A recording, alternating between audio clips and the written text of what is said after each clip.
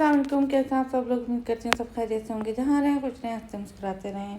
और फिर रमज़ान जो हैं वो नज़दीक हैं। तकरीबन एक हफ़्ता रह गया है रमज़ान स्टार्ट होने में, और हर घर की तरह हमारे घर में भी रमज़ान की तैयारियाँ जो हैं वो शुरू हो चुकी हैं। सफाई सुथराई और सजावटें, खाना पकाना, जो भी रेसिपीज़ बनेगी, और समोसे रोल वगैरह जो हमारी रमज़ान की स्पेशलिटी हैं वो सब जो है तैयार करके फ्रीज़ कर दिए जाएंगे। तो उन्हीं सब की तैयारी जो है वो शुरू करेंगे अब। लेकिन सबसे पहले हमने करवाई किचन की अच्छे से सफाई, डीप क्लीनिंग, और थोड़ी सी रेनोवेशन की वॉलपेपर्स के साथ। तो बताइएगा कमेंट्स में कि कैसे लग रहा है मेरा किचन। और अभी पहले करेंगे लंच की तैयारी, उसके बाद फिर हम जाएंगे रमज़ान की कुछ ग्रॉसरी करने के लिए। तो लंच में आज बन रहा है पुलाव और चिकन टिक्का, जो कि मेरे हस्बैंड की फरमाइश थी। उन्होंने कहा थोड़ा सा कुछ डिफरेंट बना लेते हैं। तो मैंने कहा डिफरेंट में भी चिकन ही बनेगी, तो ये कर लेते हैं कि टिक्का बना लेते हैं और साथ में पुलाव बना लेते हैं। थोड़े से आलू भी इसमें डाल देंगे ताकि मिशाल को थोड़ा लगता है कि हर वक्त जो है गोश्त बनता है घर में, तो आलू के साथ वो पुलाव खा लेगी। और मुझे भी आलू बहुत पसंद है।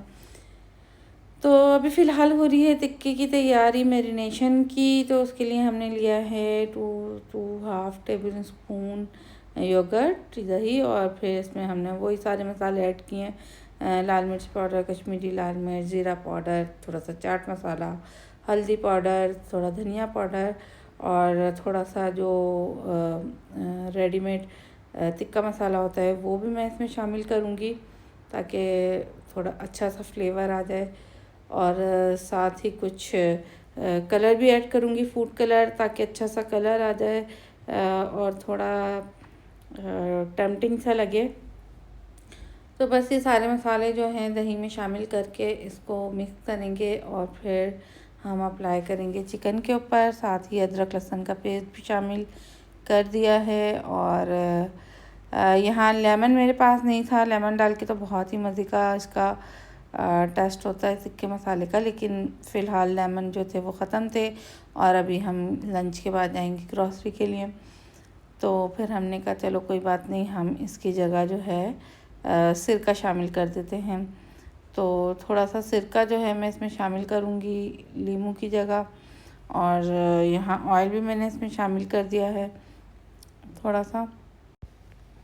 और काफ़ी दिनों बाद जो है आज टिक्का बन रहा है। वैसे अक्सर मैं बनाती रहती हूँ बोनलेस जो गोल्डन पीस होता है उसका बच्चों के लिए लंच के लिए, क्योंकि उन्हें रोल वगैरह बना के देने होते हैं या सैंडविच बनाने होते हैं। तो वो तो तकरीबन समझें रोज़ ही बन रहा होता है टिक्का। लेकिन ये जैसे स्पेशल टिक्का पीस होता है ना, ये कट लेग के साथ, तो ये जो है मैं काफ़ी दिन में बना रही हूँ।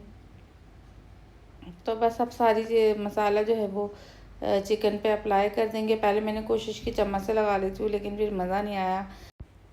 फिर हमने अपने हाथों का इस्तेमाल किया और फिर अच्छे से मसाला जो है अप्लाई किया चिकन के ऊपर अंदर तक, उसको मैरिनेट करने के लिए।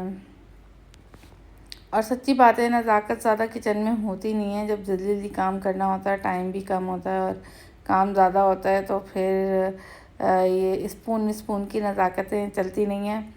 तो जल्दी जल्दी हमने हाथों से जो है इसको मसाले को चिकन पे लगाया। अब हम इसे कर देंगे मैरिनेट थोड़ी देर के लिए, जब तक हम पुलाव तैयार कर लेते हैं।